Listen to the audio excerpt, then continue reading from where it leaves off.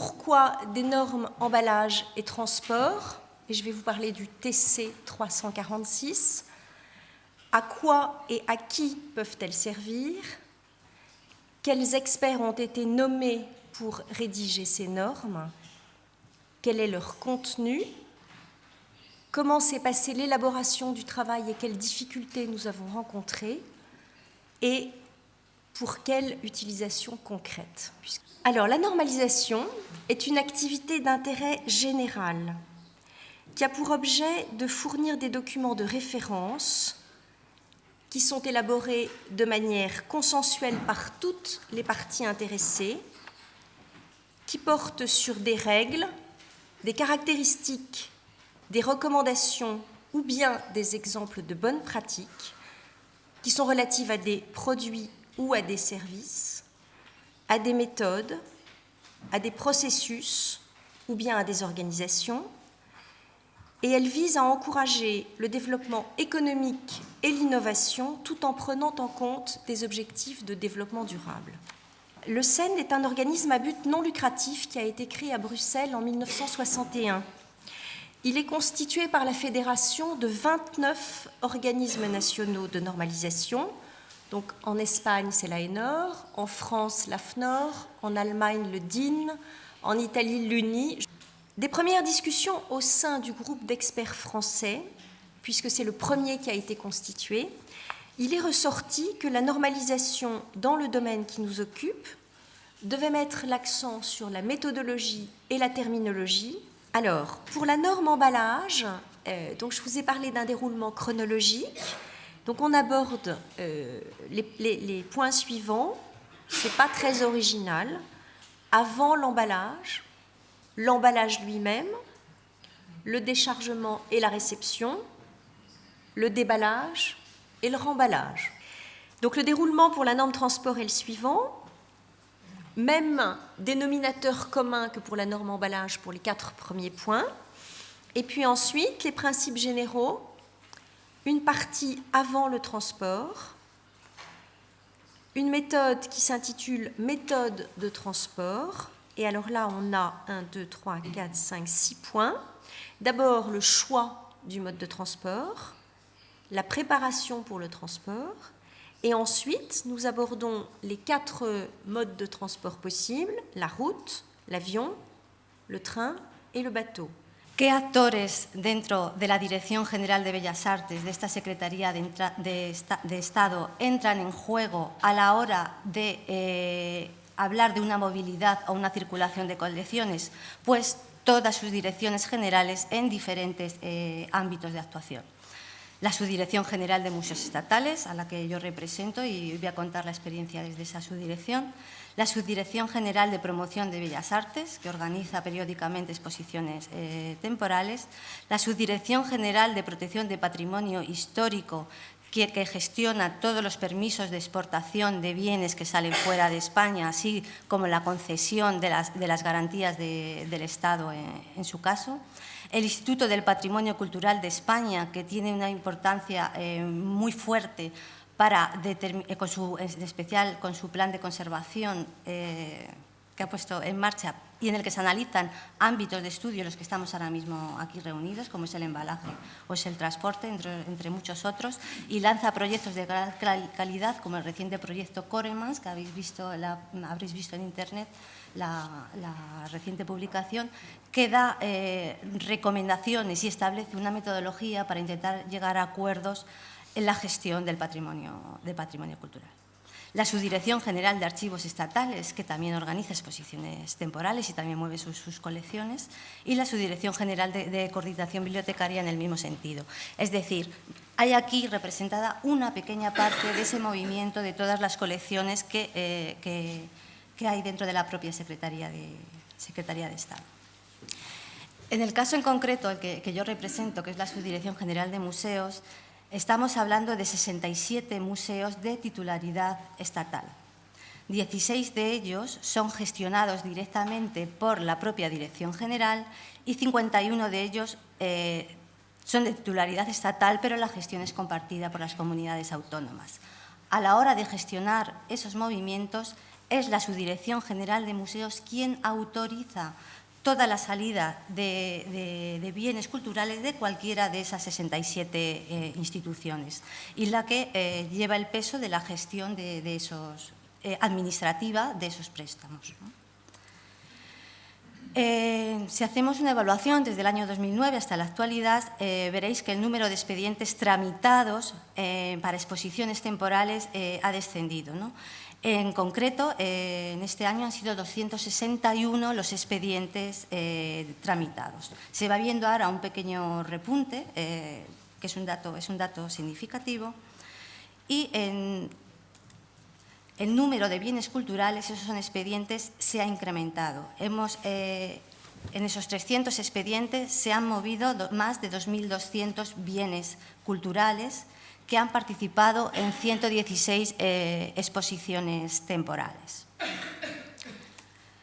De esas 116 exposiciones temporales, 96 son de ámbito nacional, 19 implican un movimiento, una salida de bienes culturales al exterior, tanto a Europa como a Iberoamérica o a Norteamérica, y solamente hemos gestionado una exposición itinerante que combina la modalidad de nacional e internacional. Esta circulación de colecciones siempre está ceñida, por así decirlo, a la normativa que sí o sí tenemos que aplicar en el caso de los museos de titularidad estatal, como es la propia Ley de Patrimonio y su normativa de desarrollo, o el Reglamento de Museos de titularidad estatal y del Sistema Español de Museos.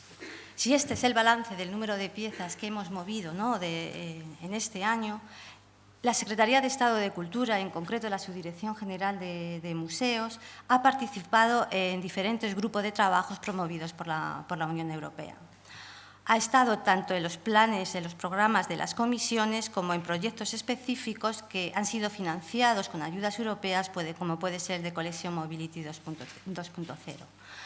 En concreto, en los trabajos de la Comisión Europea ha estado representada en los grupos de trabajos de préstamo a largo plazo y en el Plan de Trabajo de Cultura 2011-2012 en el grupo de transporte, siendo la propia Secretaría de Estado quien hizo una comunicación a CEM para hacerle partícipe e informarle de la puesta en marcha de este programa. En líneas generales, lo que se busca con estos grupos de trabajo a nivel europeo es simplificar los procedimientos de préstamos de bienes culturales, ¿no?, abaratar los costes en transportes y seguros, haciendo un estudio o revisión de la tasación de esos bienes culturales, ver la viabilidad de la aplicación o de ampliar las garantías del Estado en el caso de la movilidad de colecciones, tratar temas tan delicados como la inmunidad contra embargo o, entre otros, también la digitalización de colecciones. La publicación de todos estos resultados los podéis encontrar tanto en la página web de la propia Comisión Europea como en el proyecto anteriormente citado por Susana de Collection Mobility 2.0,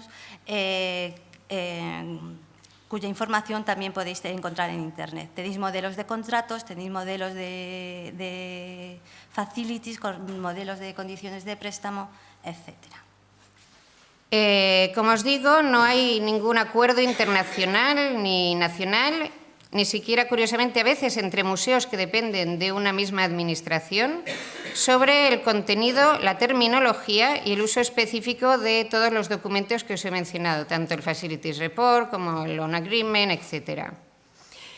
Ha habido numerosas iniciativas para conseguirlo y en algunos casos se ha conseguido un cierto consenso, pero todavía son documentos diferentes. Como habréis visto, todos los que organizáis exposiciones llegan 20 formularios diferentes. Aparte de este documento, el siguiente documento que os quería enseñar es un documento que durante años se ha utilizado como esencial para un préstamo, que es la hoja de préstamo. Esta hoja de préstamo, durante años, en ausencia de cualquier otro tipo de documentación, era donde se incluía toda la información sobre el préstamo, siendo bastante limitado. Aquí os pongo, he querido enseñaros unas antiguas y otras modernas para que veáis la diferencia de cómo han ido evolucionando.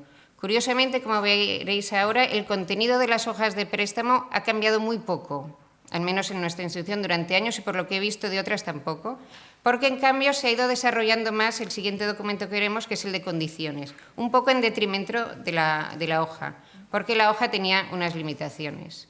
Vemos que progresivamente, a medida que las instituciones han ido creciendo y las gestiones de los préstamos se han ido complicando y profesionalizando, han ido aumentando el número de instituciones que tienen sus propios documentos de condiciones de préstamo o de acuerdo de préstamo. De tal manera que el documento esencial ya no es en realidad la hoja que envía el prestatario y que recibía firmada el prestador, sino que es el prestador el que envía un acuerdo que debe ser firmado por ambas partes. En esta situación, la información que aparece en la hoja y en el contrato es a menudo coincidente, por tanto repetitiva, y muchos prestadores, como os digo, ya no lo rellenan ni devuelven la hoja recibida. La hoja de préstamo es utilizada principalmente por entidades o personas que no tienen establecidos sus propios acuerdos de préstamo, principalmente coleccionistas particulares, iglesias, etc. Sí que es cierto que hay formularios de préstamo estupendos. Yo de los que he encontrado, no es por hacer la pelota, pero que es el de vuestro libro de conservación preventiva en exposiciones temporales, me parece que está muy bien.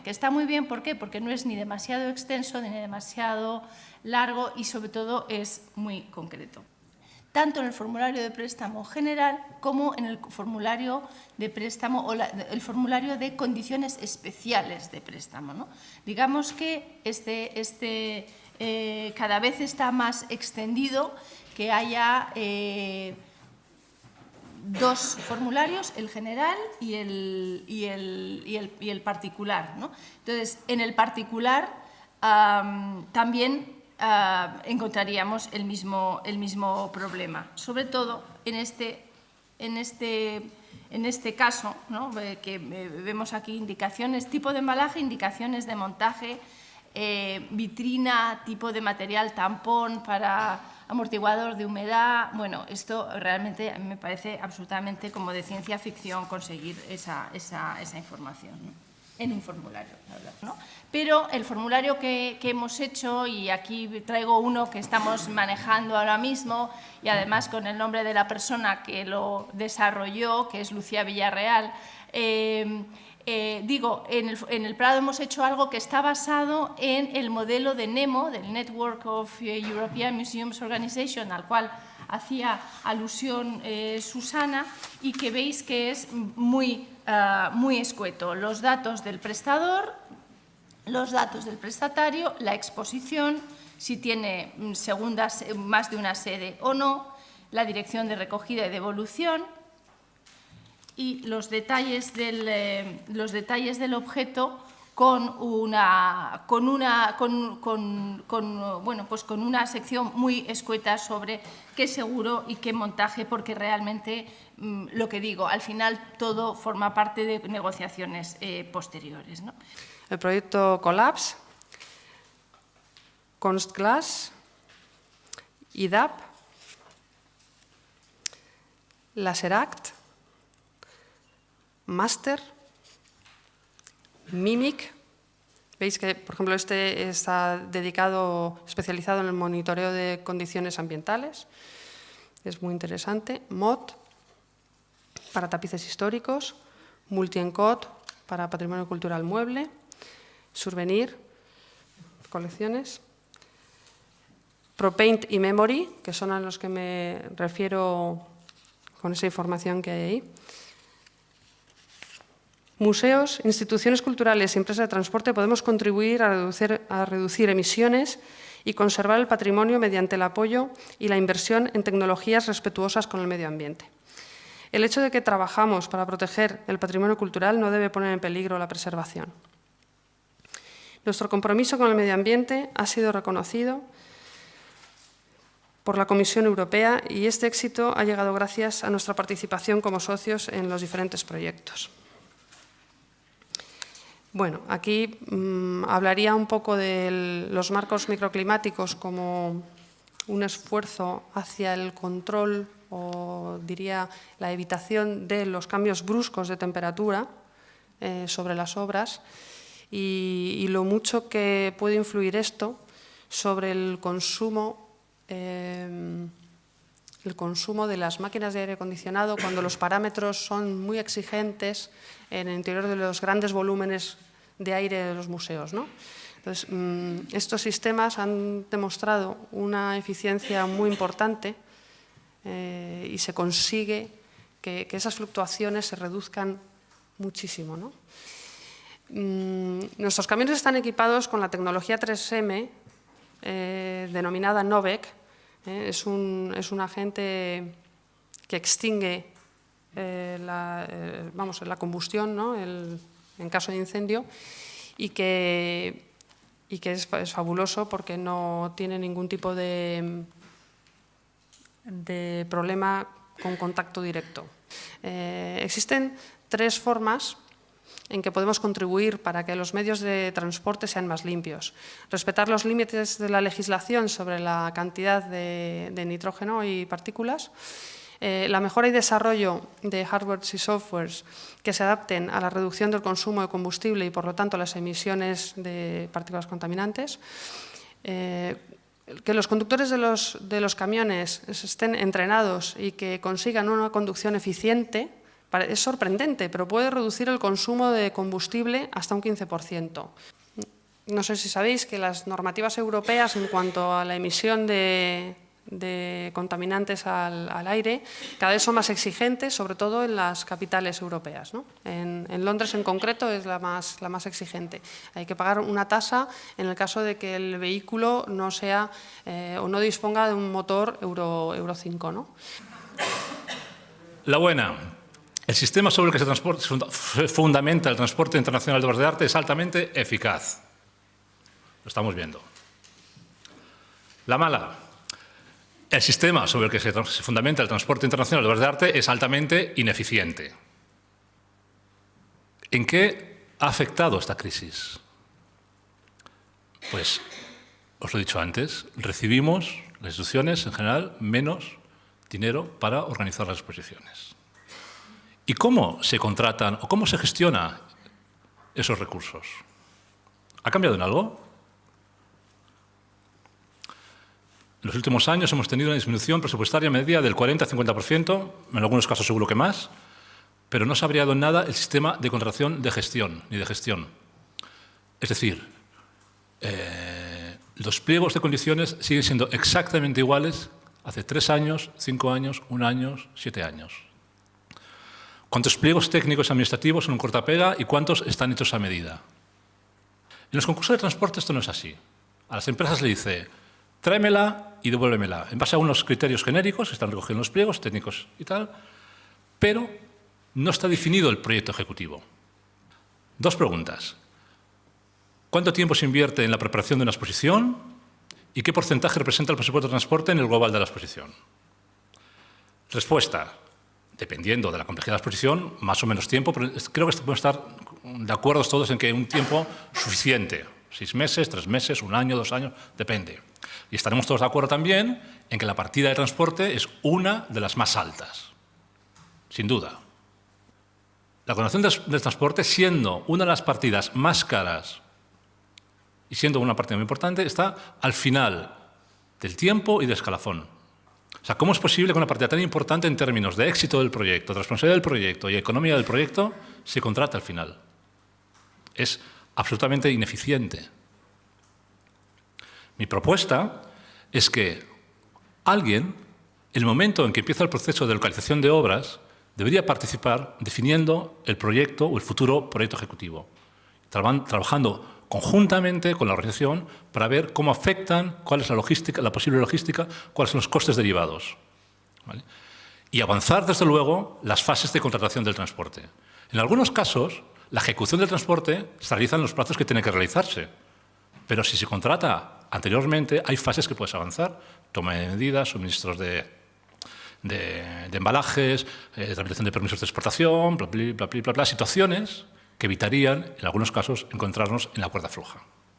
Mi propuesta es que ese consultor o esa persona de la propia organización contacte y le haga todas las preguntas, y esto es muy importante, que una empresa de transporte necesita manejar para hacer su trabajo adecuadamente. Porque si no, estamos dando argumentos a esos agujeros de información que las consecuencias todas las conocemos, que afectan tanto a la relación con el prestador como a incrementos a la logística, incrementos económicos, etc. ¿Cuál es mi propuesta?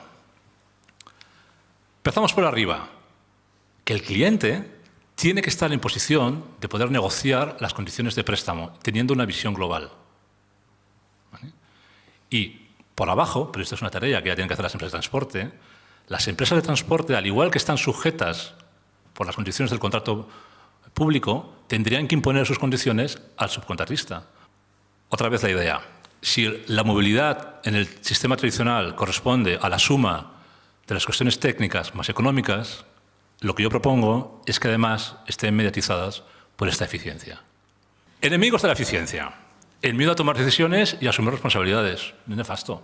Dentro de los condicionantes externos que tenemos de un transporte, de cualquier producto, en vuestro caso, de una obra de arte, nos vamos a encontrar con incidencias durante la distribución que pueden ser varias: mecánicas, climáticas, físicas, químicas, biológicas y otras. Las mecánicas, que es la que yo me trato, que soy más especializado, es en golpes y vibraciones. Las otras son las de compresión, perforación y abrasión, que eso se ocupa el contenedor exterior, la caja de cartón, la caja de madera.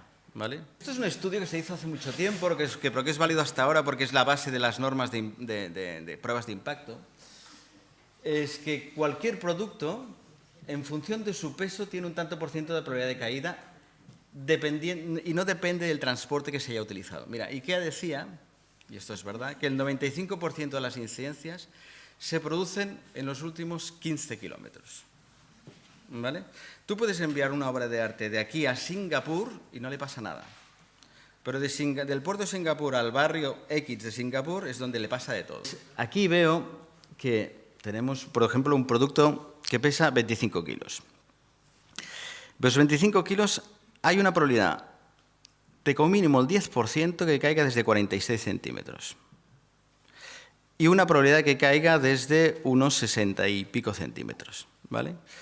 Y aquí iremos hablando. Pues si yo tengo un producto que pesa 25 kilos y desde 46 centímetros cae y se rompe, entonces puedo asegurar que de cada 100 envíos que haga de un tipo de producto así, tendré 10 rotos. ¿Vale? Por tanto, si yo quiero hacer una normativa, tendrá que ser en función del peso y en función de la altura de impacto. Esto lo tendré que evaluar así. Hay una normativa que se llama ISTA que se basa en esto. La fragilidad es la máxima desaceleración que puede recibir un producto sin romperse. Se mide en el elemento más débil del conjunto. O sea, los seres humanos no superamos más de 3-4 Gs. ¿Vale? Un huevo supera 60 Gs. O sea, es más duro un huevo que nosotros. ¿Vale? Un ordenador, que ahora empiezo a hablar de ya fragilidades concretas, un ordenador supera 40 Gs. Un televisor de plasma, que yo rompí 3 cuando valían 9.000 euros, pues superan los 25 Gs. Un televisor de plasma, no, de LCD, pues unos 80 Gs. Una botella de vino, unos 100 y pico, 150 Gs. Un mueble, que ahora veréis impactos de un mueble, no supera los 30 Gs. O sea, que la madera aglomerada no supera los 30 Gs. ¿Qué quiere decir? Es más difícil embalar un trozo de madera, depende de qué madera, que un huevo. Quiero deciros un poco que todos los materiales que existen en embalaje, que hay muchos, no absorben pruebas de impacto. Lo que hacen es los retransmiten con cierto grado. Lo que quiero deciros es que en fragilidad hay dos conceptos, la fragilidad de impactos y la fragilidad en resonancia. La fragilidad de las vibraciones. Las vibraciones, hay un punto que la vibración se amplifica muchísimo. ¿Vale? Hay dos tipos de fragilidad. La fragilidad en vibración quiere decir que si ese producto vibra a una cierta frecuencia, el producto empieza a rebotar. Lo importante de un elemento de vibración, de un elemento de amortiguación, de materiales de amortiguación, lo importante es que haya un punto que a partir de esta frecuencia para arriba, lo que se hace es disminuir la fuerza. O sea que yo si vibro, el producto, aunque tenga vibraciones aquí, el producto no se mueve. O sea que el informe de instalación debería ser un instrumento de evaluación del riesgo para asegurar que el camión tenga acceso directo a la sede y que la caja tenga acceso fácil a la sala de desembalaje. No es complicado, ¿eh? 2. Comprobar que la sede tenga la infraestructura que permite tener y mantener los criterios de prevención que se requieren, relacionados con seguridad, clima, luz, manipulación y montaje dispositivo. 3. Saber si la sede dispone del personal técnico preparado para las tareas encomendadas. Problemas relacionados con el informe de instalaciones. Yo os he cogido, los americanos han creado un Standard Facility Report, que es lo que hemos visto tanto con Karina que con Susana, ahora se me escapa el nombre. Son 24 páginas, 168 preguntas. Falta la edad del capitán. O sea que, pero leerlo es una cruz. Y sacar la información necesaria suficiente es otra cruz. Bueno, existe el inglés. El inglés es el UKR Standard Facility Report, 12 páginas, 75 preguntas. España, hay un estándar publicado por el Ministerio en 2006. No en la publicación que ha hecho el Ministerio en 2003, son 9 páginas, 102 preguntas. Todos estos criticables, en mi punto de vista, todos, los 3 estos. El problema no está en esto, porque todavía estos son casi estandarizados. El problema es que en España cada museo crea su propio suyo. Lo llaman informe de instalaciones, cuestionario sobre las condiciones técnicas de sala o facility report. Tenemos suerte, hay únicamente 3, del cual una es del Ministerio. Es la menos utilizada. Un problema de comunicación. El facility se ha transformado en documento incomible. Os he dicho, 168 preguntas, es incomible. Difícil de interpretar porque no se centra sobre la evaluación de riesgo, que os he dado los 5 puntos. El acceso del camión, el acceso de la caja, el personal y la infraestructura. Tampoco es difícil, ¿eh? Problemas relacionados con las condiciones generales de préstamo. Un problema de terminología. En este punto no os cuento. Condición general de préstamo. Pliego de condición general de préstamo. Acuerdo de condición de préstamo. Normas de préstamo. Todo eso en España. Convenciones de préstamo. Un problema de orden de contenido. El documento, cuando utiliza la palabra conservación preventiva, pone luz, clima. Pero pone aparte embalaje y transporte, como si no fuera conservación preventiva, embalaje y transporte. A ver, aquí hay algo que no va. Si se utiliza conservación preventiva, debajo tiene que haber todo lo que entra en la conservación preventiva, incluido la seguridad. El documento ofrece, en muchos casos, condición ambiental general, simplificados, que no corresponde a la realidad para la prevención. Es decir, prestas monedas y pinturas y tú dices, todo entre 50 y 60. Va. No va. Significa que aquí hay un problema, que todo lo que es específico tiene que salir de la condición general, y estoy bastante de acuerdo con lo que han dicho los registros esta mañana, es decir, a ver, la condición general tiene que ser general y ser muy concisa. Permite ir muy rápido y de tener una firma rápida para el acuerdo. Y después enviaremos las condiciones específicas, las cláusulas específicas, los requirements, como dicen los ingleses específicos. Hay que elegir el vocabulario del segundo documento.